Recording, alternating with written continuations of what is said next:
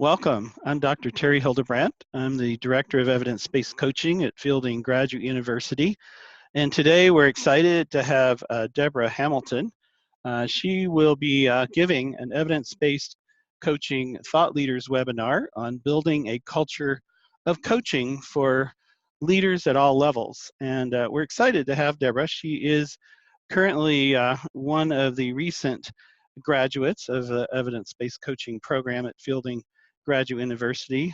She also recently published an article, and I'm going to just actually share that here on the screen so everyone can see that briefly. Her article was published in a prominent journal, which many of you probably are familiar with. If I can get it to come up on the screen, there we go, called the Organization Development Review, and it's the journal of the Organization Development Network. Her article was also on leadership development, building a blueprint for building a coaching culture.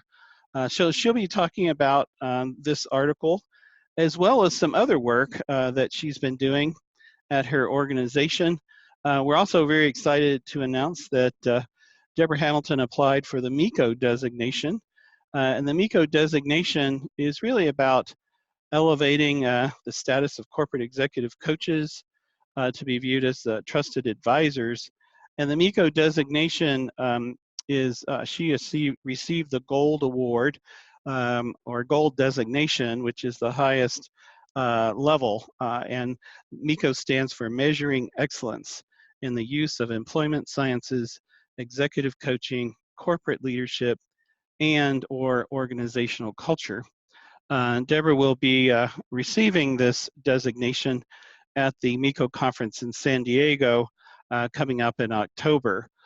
So we look forward to seeing Deborah and hopefully many of you at the MECO conference in San Diego. Also, I just want to briefly introduce Deborah in a little more detail. She is the Chief Learning and Development Officer at Fulton Financial Corporation in Lancaster, Pennsylvania, with 25 years of expertise in leadership development and talent management. Prior to joining Fulton, Deborah was at the Children's Hospital of Philadelphia, where she founded and managed the CHOP Leadership Institute. She also spent 15 years as a learning and leadership consultant, designing training programs for a global clientele. Deborah has served as board president for the Northern New Jersey chapter of the Association for Talent Development, ATD, and was a member of the Penn State Training and Development Advisory Board. She holds a Bachelor's of Science in Business Education and is just finishing up her comprehensive evidence-based coaching certificate from the Fulton Graduate University. So welcome, Deborah, and I'm going to turn it over to you to begin our webinar. Thank you. Can you hear me okay? Yes, you sound just fine. Great. Okay, great. So thank you very much, Terry, for that wonderful introduction and for the opportunity to deliver this webinar. And I will let everyone know how excited I am about the MECO designation. It's really something that is an honor, and I'm so looking forward to learning more through the whole process. It was a great learning process to apply, and I'm really looking forward to the continued journey of growth. And the other thing I just want to say is, for some reason, I'm losing power every 5 minutes. So you may see like darkness and then light come back on and some strange noises in the background. So I apologize for the power situation. So Terry, do you want to share my slides? Would you be able to do that? Absolutely. So give me one moment to bring this up on the screen.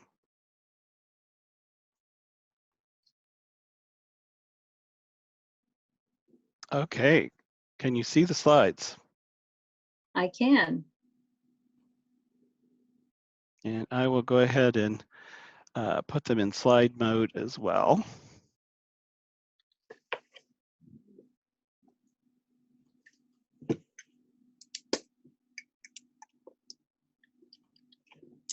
Okay, great. So we can jump right to slide number 3, since thank you for the great introduction, and we can get right into today's objective. So as Terry stated, would love the opportunity to explore why coaching is a critical skill set for leaders at all levels, and how does this shape a culture of coaching. So the next slide shows our opportunity that we had at Fulton Financial Services to transform leadership. So we wanted to replace old mindsets and overlearned behaviors. We wanted to equip all managers with foundational coaching skills. And we also had an opportunity with our commercial business line to deepen their coaching and leadership so they could have a much greater capacity to hit their sales goals, basically. And then we also were looking to improve employee engagement. And we do have about 3,800 employees at Fulton, just to give you that quick background. We're located in Lancaster, Pennsylvania, and we have a 5-state regional footprint. So all in all, we have about 800 leaders in the company. So this opportunity was something that we saw for all leaders. So the next slide, I've outlined just 3 takeaways for today's session. So the first is to talk about the importance of building a culture of coaching, which I think most of us on the call would have a lot to say about that. And then I'll share how we prepared our leaders to become effective coaches. And I'll talk with you a little bit about our results and how we are trying to sustain those results. And then with time that's left, would love to exchange views on how others are building coaching competence and strategy, within their organizations or within your clients. So we can get right into a culture of coaching, and we'll go to the next slide, where I really love the work of Peter Hawkins. So many of you may know of Peter Hawkins. He has a book out called Creating a Coaching Culture. So this is his definition of creating a culture of coaching. So, as you're taking a look at this, we really liked this definition because it was really holistic, and it really took into account, the total ecosystem of the company. And it really talked about increased individual, team, and organizational performance, as well as shared value for all stakeholders. So we really anchored a lot of our program to that. Why this is important, I think many of us know why coaching is important on the call. There's a lot of research out there. Zenger and Folkman had an article in Harvard Business Review that, just again cites numerous studies of how important coaching is for engagement, productivity, retention. So the other reason why it's important is because social capital is the new currency. With technology moving at a pace beyond what humans can adapt to, social capital is really the new currency. And social capital is interpersonal skills, connections, relationships. So we know that leaders who use coaching can facilitate deeper connections and the growth of social capital, which is going to be much needed as technology continues to be at the forefront of everybody's work. And so for us, we identified 3 high stakes sort of paradigms that we were faced with at Fulton. VUCA, which is the new normal, and certainly in financial services, we've had a lot of volatility and just a lot of uncertainty and complexity and so forth. Also, our company is in a constant state of change. And then we're looking to innovate, where we're trying to unlock new value. So that also was a major driver behind wanting to equip leaders to become coaching. So the next slide really marries together the complexity and the change that we're facing as a company. I'm sure many companies globally, are facing similar. So Terry, if you just hit the advance button, you'll see that the VUCA is ever present.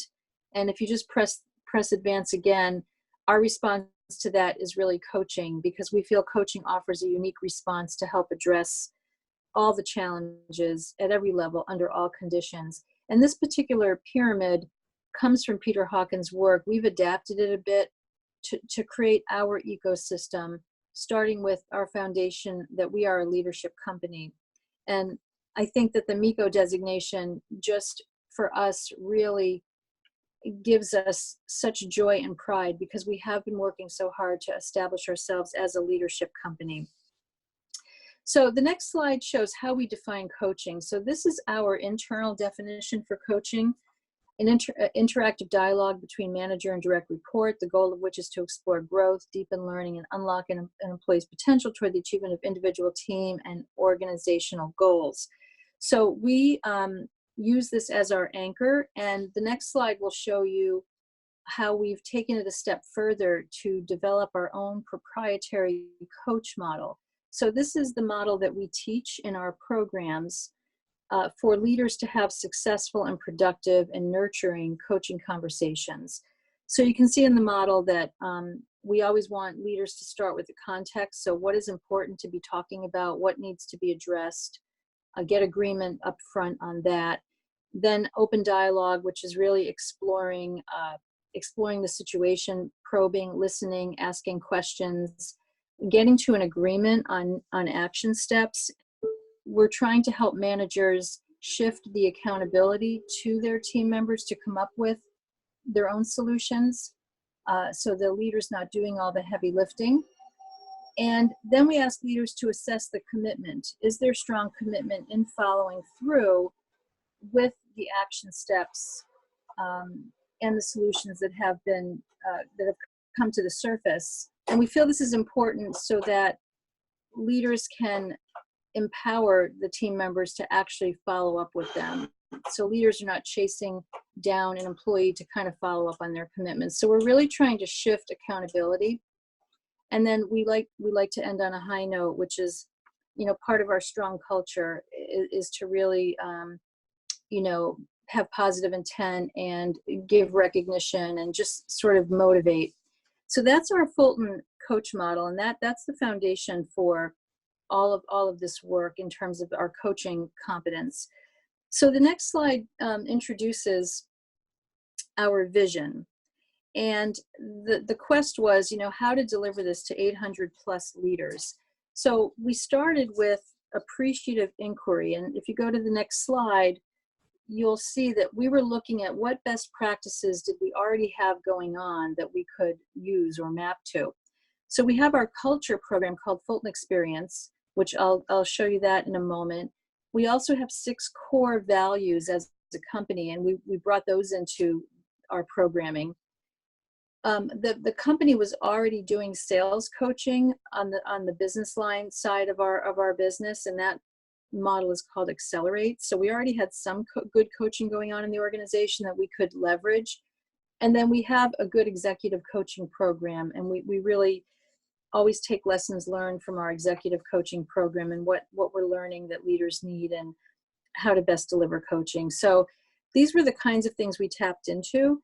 So the next slide shows a glimpse of our Fulton Experience. These are our culture concepts. These are only a few of them, but you can see how closely they relate to coaching and leadership.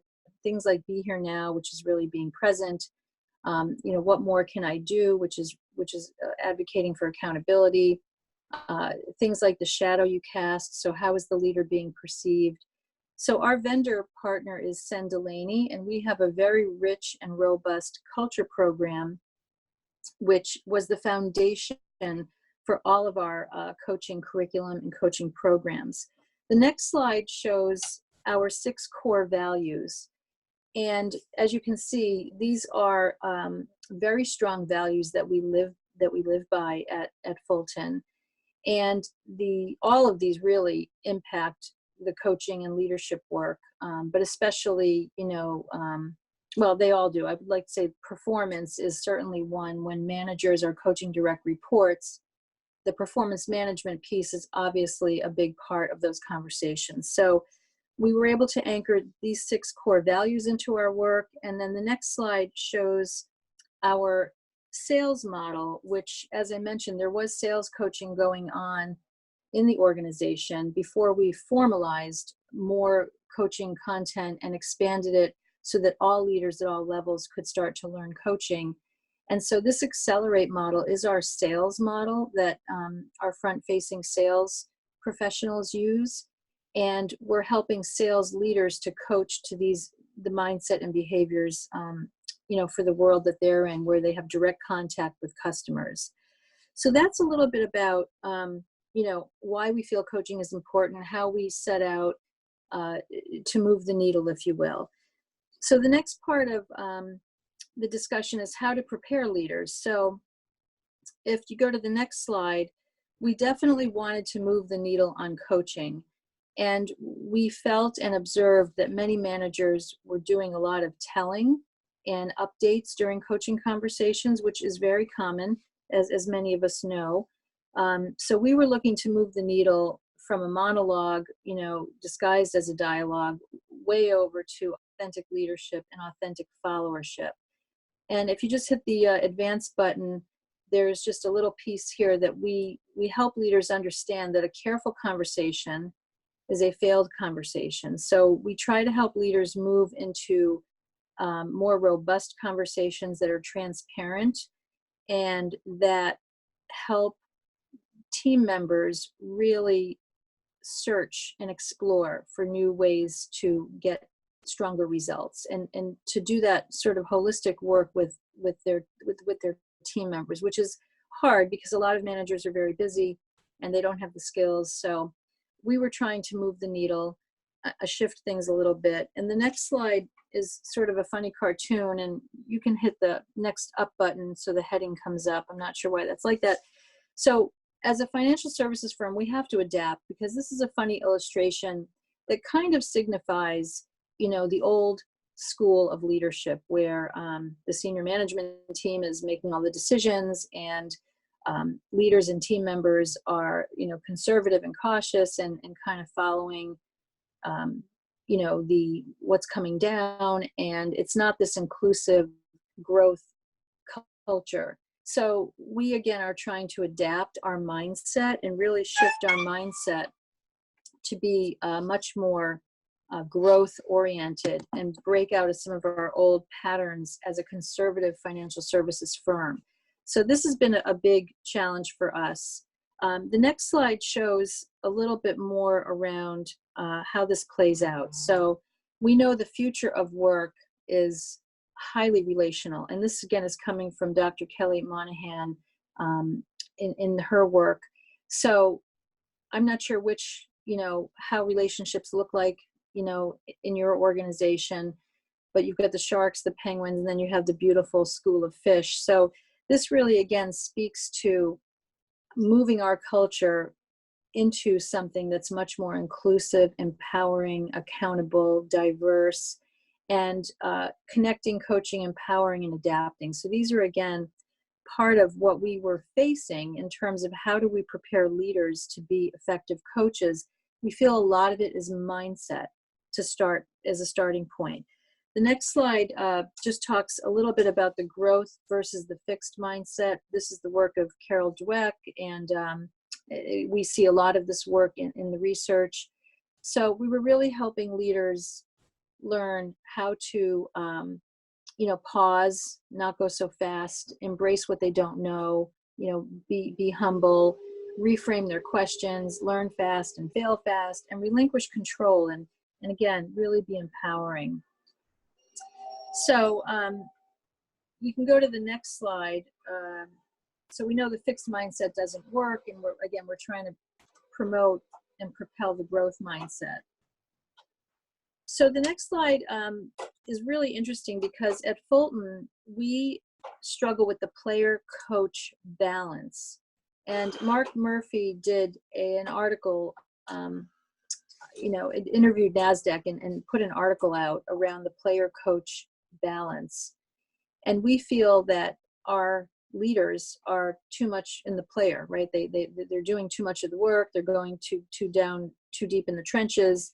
So we're trying to help them see that an effective leader can balance that out a little bit. So again, a lot of the work we did initially was on mindset, helping leaders to really embrace their role as a coach, and to step back from, jumping in all the time and fixing things and giving advice. So we really are trying to help them think differently in terms of their role as a leader and as a coach. So the the next slide just sort of, I think, is a little bit of a state of the state. You know, coaching requires some skills and it doesn't come naturally to leaders. So I'd like to share with you our key objectives on the next slide of what we were looking to accomplish. We wanted to increase the frequency of coaching conversations, so make sure they were happening frequently and consistently. We also wanted to improve the quality of the dialogue and the outcomes, and we wanted to embed our culture shaping behaviors into the language and the practice of coaching. So these were our three key objectives. Once we started, you know, looking at all what was out there, what we were doing, what we wanted to do, we were wrestling with mindset, and then we kind of drilled it down to these three key objectives. And the next slide gives a snapshot of the overview of the solution that we put into place. And this is outlined in the article with more detail. So we created a learning program, and we partnered with an external executive coach to help us design the program and deliver the program. We started with a coaching scenario where every participant comes in with a coaching scenario that they've scripted out, that they want to work on and use as their case study. We also built a workshop, a 1.5-day workshop, and some of the skill building was around coaching presence, giving feedback, open-ended questions, listening, and managing resistance. So some very foundational skills. And again, we used our coach model as the framework for having coaching conversations. We did 5-to-1 coaching role play rounds. So we gave participants an opportunity to be a coach and have observers observing and provide feedback. And we had facilitators at every group, and the facilitator was in the role of the employee. So that really helped strengthen the role plays, because the facilitators were trained on how to be in that role of the employee and give a little resistance. And we found those to be really effective. And then we had an action plan and a post-program assignment. The post-program assignment was for leaders to go out and conduct 3 planned coaching conversations where they were using their new skills. And they also were invited to have a 1-hour coaching session, which is in the reinforcement part here, a 1-hour coach the coach session. So our executive coach, who was part of the design and part of the delivery of this program, also met with each leader virtually and conducted a 1-hour coaching session. And the participants came in again with a coaching challenge. And the point of that session was to give them some one-on-one time and also reinforce what was going well since they left the workshop and what they still wanted to be working on. And we also built a leader's toolbox that is filled with resources and articles and TED Talks and things that are going on in the organization. And then we conduct monthly leadership webinars. These are 30-minute webinars over lunch once a month. And we cover topics that come from our coaching program or leadership topics that we feel are really relevant. So that's the overview of the solution. And certainly, as time permits, if you have any questions on that, be happy to answer or discuss, open up the discussion. So the next and final part is really the results and how we're looking to sustain the program. You know, we believe all learning programs need to have stickiness. I know this is a term many of you are familiar with, and we want the learning to be actionable and sustainable. So over a 2-year period, we had 794 participants attend our 1.5-day coaching program. You can see some of the metrics here are very favorable. We use metrics that matter, so we have survey data that comes in on every program that we run. And we were able to isolate 2 engagement survey items, and you can see the improvement in those measurements going from 2016 to 2018. So those are 2 really good metrics for us where we saw a positive lift in engagement. And this is corporate wide. So these are you know, we have several engagement items, but these two in particular, we were looking to track. In addition to that, on the next slide, you'll see the post-program assignment that we had asked participants to do. 97.3% of the participants self-reported completion. So, you know, that's self-reported data. And the coach session, we had 75% of our exempt managers attend those sessions. And through that interaction, they reported an increase in their coaching confidence. So again, self-reported, but the external executive coach, you know, asked what was your confidence level prior to the program, and what was it, you know, after the program. So we saw a nice lift in confidence, which we feel is really important, and that comes, of course, with practice. So I'll show you the Leaders Toolbox, which is on the next slide. This is on our intranet site. It's a SharePoint site that we have set up, and we have different toolkits in the toolbox. So we have a coaching toolkit that, you know, has all of the tools from the program and the coach model and coaching conversation planners and articles. We have new leader onboarding. We have a sales management toolkit that connects nicely with the coaching toolkit. We also have a talent management toolkit and a change leadership. So that's our Leaders Toolbox that I referenced, which we're very proud of, and we feel that this is the one stop for all leaders to go and get a coaching refresher and to get new things, new learnings.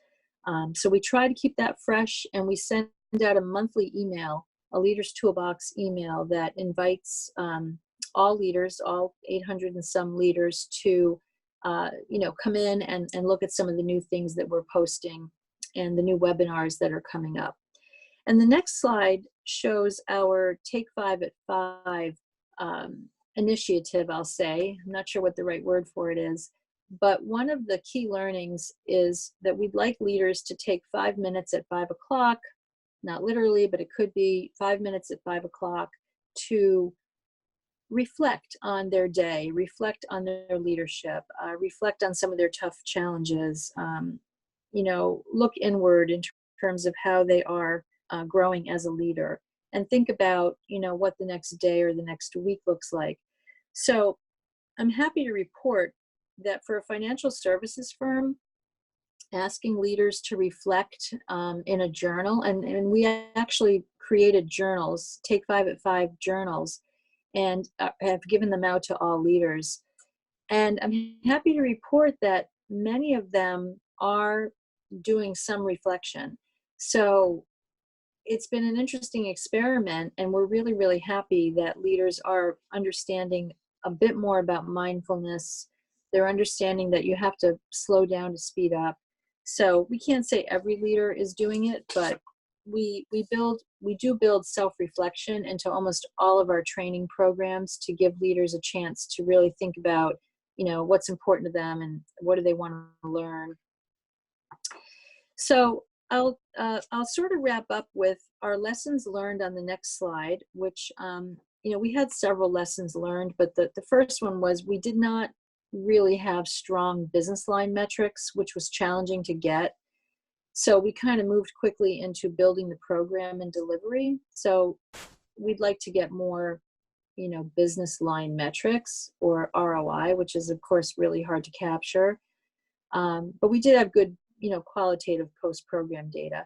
Second, we really thought we should have engaged each participant's manager or leader in a more robust way to keep managers more accountable to the change and the transfer process that their team members were going through. So we would have liked to have done more with the leaders of all the managers. Again, there was some communication. Some managers are better than others at helping their team members prepare for training and debrief it, but we thought that was an opportunity. And then third, we would like to have surveyed the participants' direct reports at the 30 and 60-day mark to learn if coaching conversations were taking place and to better understand the quality of those outcomes. So those were a few lessons learned.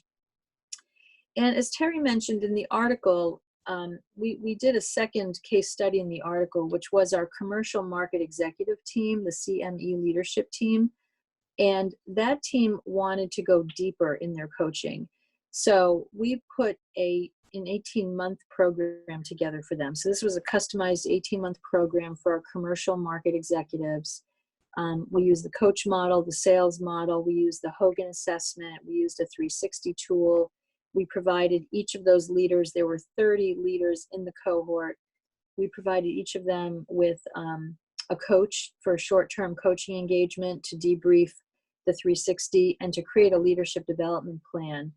And if you just advance one more on this slide, the achievements were, what came out of this 18-month program is that the team established leadership team norms. They also established peer coaching groups, and we facilitated those to demonstrate what a peer coaching group would look like and help them understand how to facilitate those. And we truly were trying to deepen their coaching skills and not just have them, sort of complain or give advice or solve problems. So we were trying to deepen their coaching skills with those peer coaching groups. They also spent time focusing on their high priority projects. We call them blue chips, and they were looking to break down some silos. So this really helped the commercial market executive team bond much more closely than they had. And they were able to work on real live problems during the 18-month program. So we feel pretty good about that work. And that's also outlined in the article. And the next two slides just show some takeaways from the commercial market executive program. So you can see, some of the comments here were really positive. It's nice to hear that people are developing a regular habit of reflection and having time to think strategically, the shadow they cast, moving their team further along. So really, really nice takeaways, and these are just highlights. And the next slide shows where the participants in the leadership program would like more reinforcement. So this was helpful, how to lead through change, the power behind coaching differently. Just making a small change can have a really big difference in a coaching, conversation. Even though being directive is faster and telling is easier and faster, we know that doesn't work as well as really doing genuine coaching as much as possible in that manager and direct report relationship. So the final slide is just to show you how we've brought a lot of this together. So we've created the leadership development framework that you're looking at with leadership agility in the middle, because we feel as a financial services firm, we're very conservative, we're steeped in tradition, we like security, but we also need to be agile. So we're centering this model with leadership agility, and we're also sort of carving it up where we're helping leaders learn how to lead self, lead team, and lead enterprise.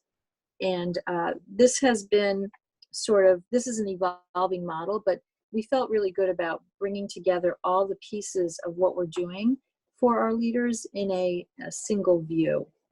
So that was all I had to share formally for today. And I just love this quote, and I don't remember where it came from, so I don't know how to give it attribution, but if people are the lifeblood of an organization, leadership is the heartbeat. So I just close on that note. And Terry, I can turn it over to you, or questions, whatever works.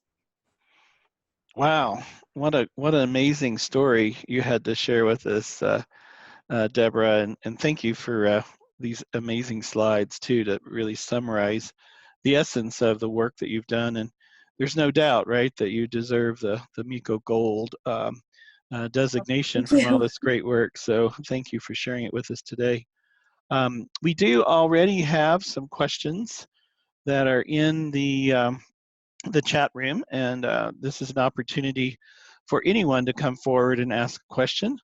But Amy, would you like to turn on your audio and ask your question? Sure. Thank you so much, Deborah. That was really, really fascinating, and I look forward to reading your paper in more detail. The question I wanted to ask, because you noted it was hard to measure return on investment, is do you have any sort of regular climate surveys for your organization that would reflect the results of the implementation of the program? We do an annual employee engagement survey. So at this point, those two survey items that I showed, those are two, metrics, that organizational metrics that we're using. We also do an organizational friction report, but that's more just understanding a bit about the climate, but it's not something that we have really metrics coming from that. But the employee engagement survey, absolutely, we're definitely looking to improve many areas of that. Excellent. Thank you. So Zora, you have a question. Thank you, Terry. Deborah, that was absolutely fantastic. In some ways, program, I do a lot of this kind of work of building a. Hey, Zora, you're breaking up a little bit. We can't quite hear you, so you may have to type your question. Coaching. I don't think she can hear us. Hearing me okay, by the way? Yeah, your audio is breaking up, Zora. Sorry about that. Could you? If I switch off the video, does the audio sound better, Terry? Yeah, it's better. Yeah, go ahead. Okay, let's try it like that. I'm going to show you why. I've got a broken wrist, so I can't just type at my usual pace.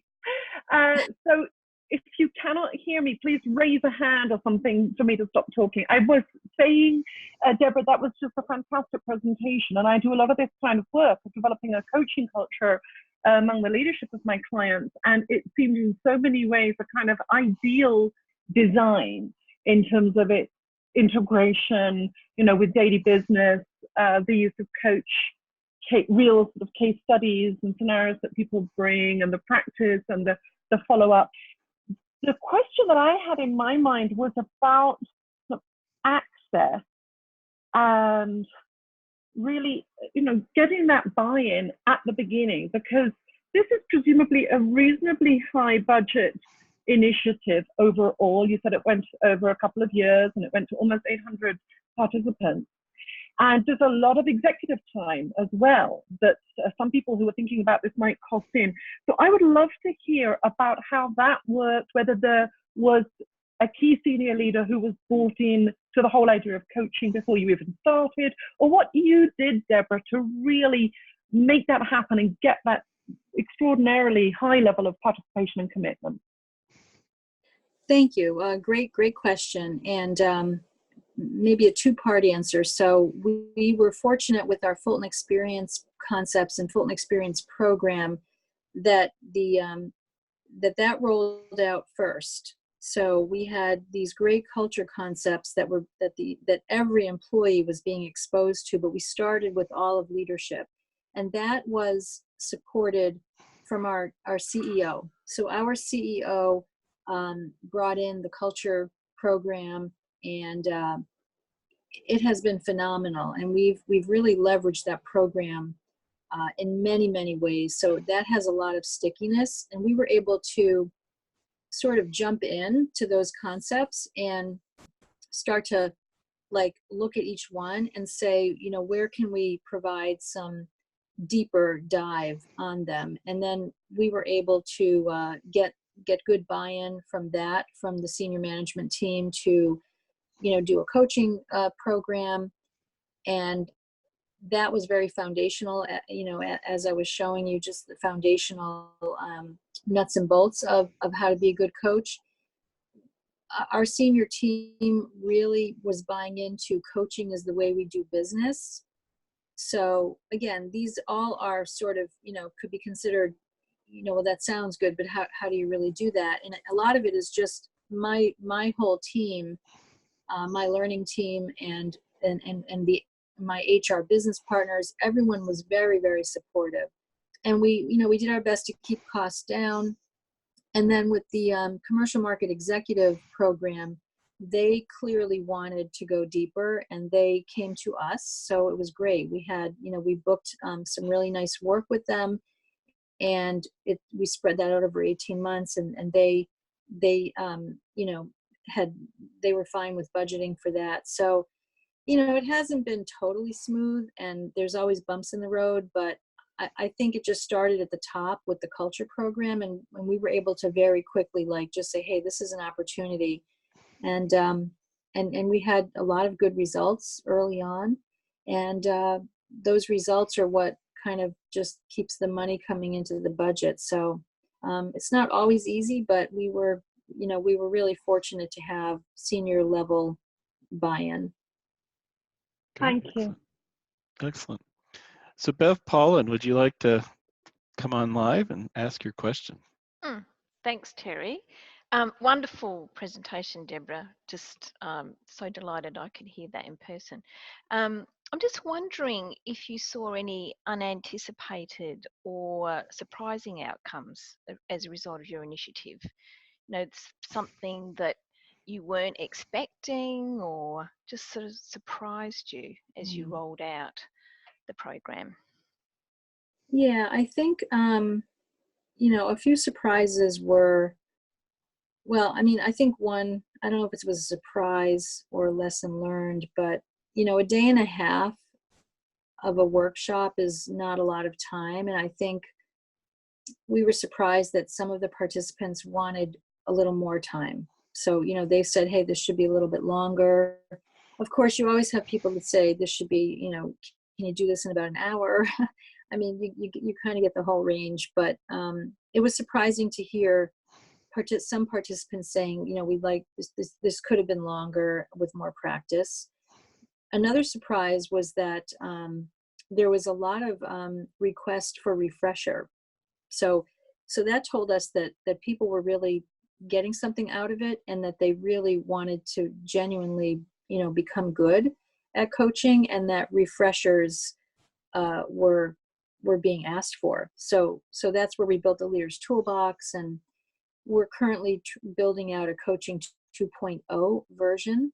So that's sort of our advanced version of the program, but we don't have that totally designed yet. And I think another surprise was, just there's a lot of grunt work to rolling out a program like this, and there were a lot of internal resources, on my team, just in terms of scheduling, coordinating, metrics, the LMS, the learning management system. So I give my team a lot of credit. I have a wonderful, wonderful team of very committed learning professionals. And so there were some bumps in the road and some surprises just around, how to harness, that many people, into a workshop. And, but yeah, I think nothing like super surprising, but just, I think, sort of things you would expect. Yeah. Great. Thank you very much. Sherry, would you like to come online?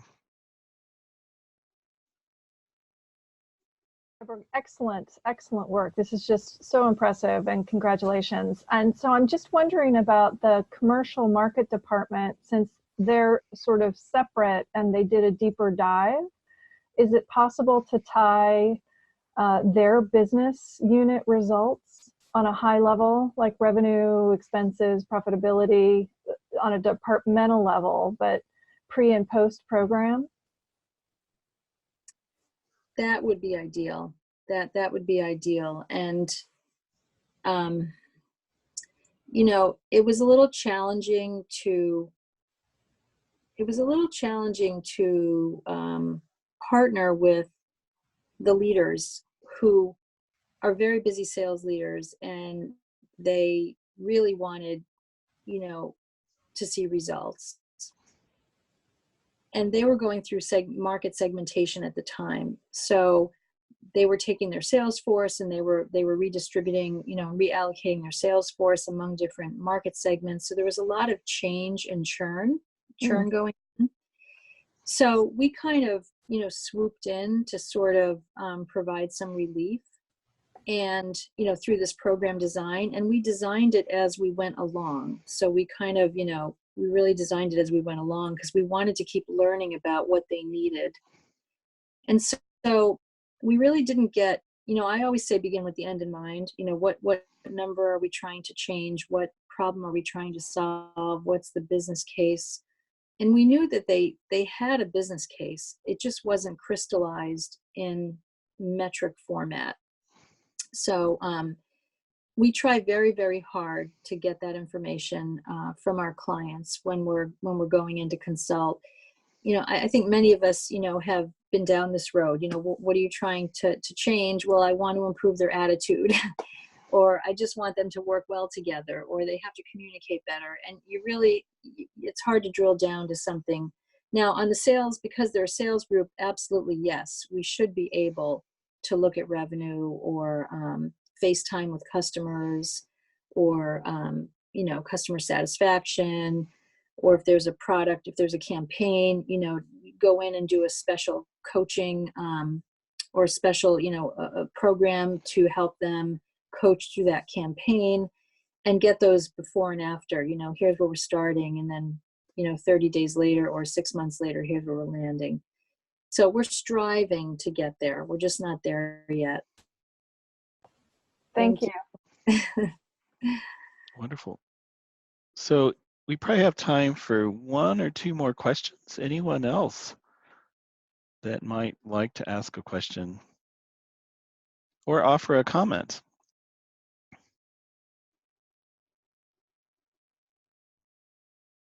I have another question. It's Zora here, if nobody else is waiting.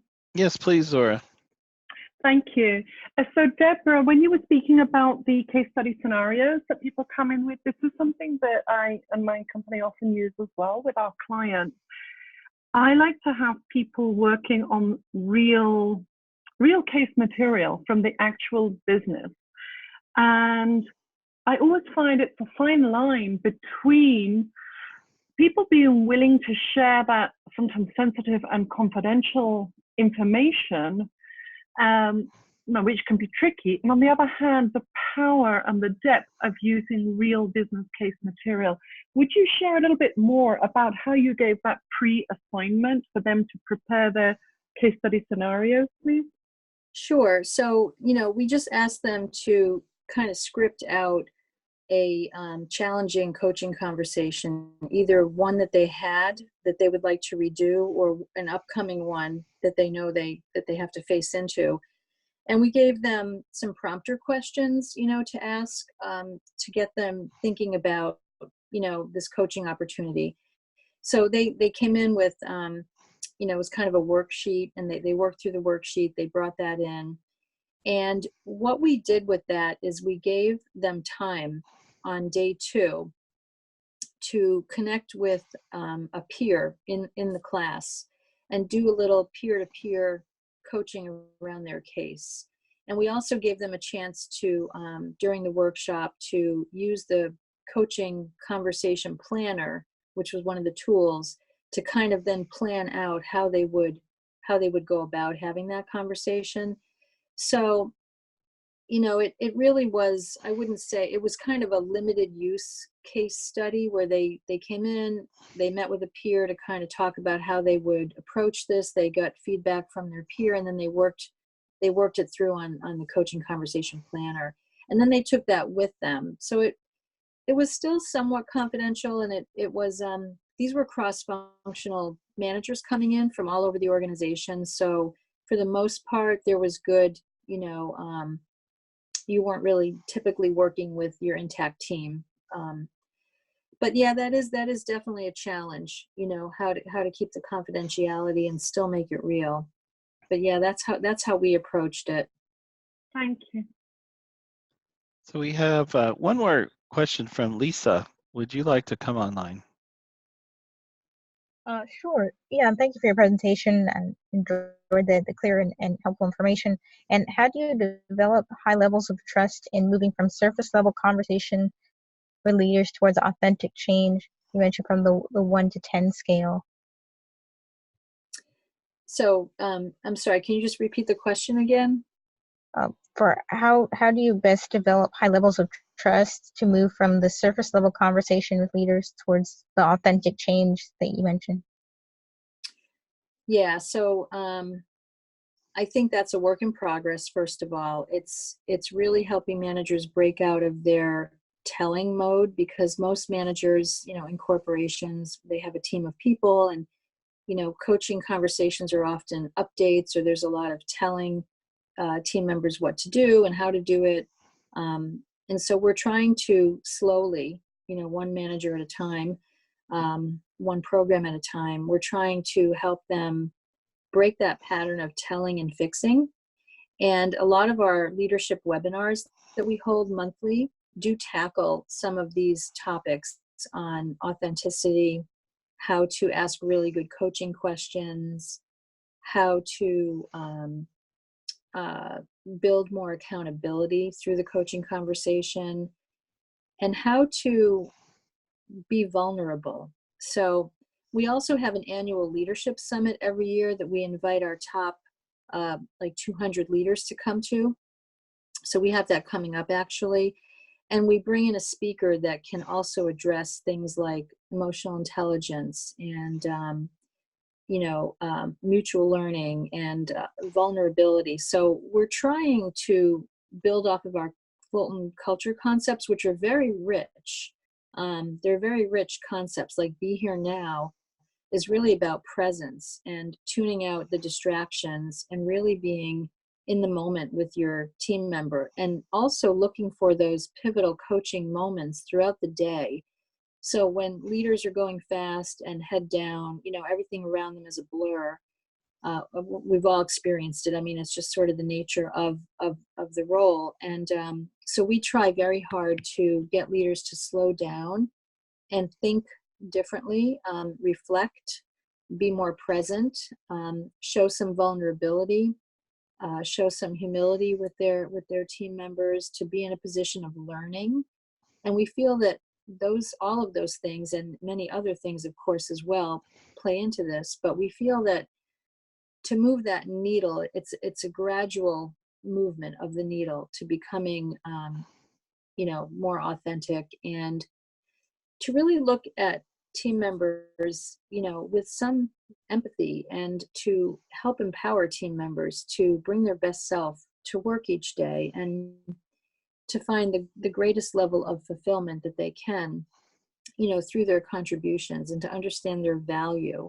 And so, all of that is a work in progress, and we just use everything we can to send that message out. Everything from our email blast once a month, to our Leaders Toolbox resources, to our webinars, our leadership summit. Everything we can do, we try to keep, reminding leaders that leadership is a career. It's not, coaching is like something that you can inspire and change, help people change and grow. It's not just something that you do to check the box. It's really something so much more. So it takes time, to get there, but we try everything we can to keep that message out there. Well, thank you, Deborah Hamilton. Wow, what a great presentation. Thanks for sharing all of your wisdom and experience from this whole process of really creating a coaching culture. I know this is a hot topic in many organizations, and certainly your contribution today as a thought leader from Fielding Graduate University, we're proud of you, and congratulations also on the MECO Gold designation. Thank you. So thank you for being here today, especially with all of your power fluctuations. But it was I know. I no sooner tried to set everything up, and the lights were everything's just a mess here. I don't know what's going on. But thank it all you worked for your out patience. beautifully. Yeah, thank you. Excellent. Always have a plan B. Absolutely. Thank you, Deborah. So Thank I you. do have just a few announcements before everyone hangs up today. Just want to announce that this program is part of Fielding's ongoing coaching community of practice, and you can all join the community of practice if you're not already members for free of charge. It's open to anyone who has a passion for coaching, whether you're a Fielding alum or just a friend of Fielding. And if you click on our main website, which is coach.fielding.edu, you can read about our community of practice and all the different events that we have every year. We have an annual conference that'll be coming up in May in Santa Barbara. We do twice a month webinars, which this is one of them, the Thought Leaders webinars. We also do professional series webinars. So if you haven't yet signed up, go to ccop.fielding.edu.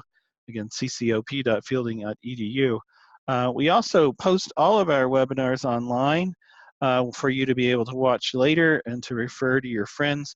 So Deborah Hamilton's webinar should be up on the web by the end of the week. These are some of our upcoming webinars. Our next one is in 2 weeks on September 25th, and it will be a panel discussion, one of our EBC Professional Series webinars on coaching entrepreneurs. So we'll have 3 prominent students and alums of Fielding, Richard LeBoon, Rick Chastain, and Howard Fox, who have been coaching entrepreneurs and are entrepreneurs themselves, talking about all of the different unique things that entrepreneurs need in coaching. On Saturday, October 12th, we're really excited to have Dr. Penny Potter. She's an alum at Fielding from our doctoral program, and she'll be talking about her dissertation research, which is especially interesting. It's the learning the complex choreography of becoming a coach. So she researched the process of what it's like to go through coach training and become a professional coach. So please join us for Dr. Penny Potter and her experience in her dissertation research. And by the way, Fielding is one of the global leaders in coaching research in the world. We have over 50 dissertations and counting in coaching alone. So, and Penny's is one of those dissertations. So we look forward to having you in the future on one of our other webinars or listening to many of the recordings that are on our website. And you can access all those recordings at coach.fielding.edu. Again, coach.fielding.edu. So thank you all for coming, and we look forward to talking to you again, and special thanks to Deborah Hamilton today. Thank you. Bye, everyone.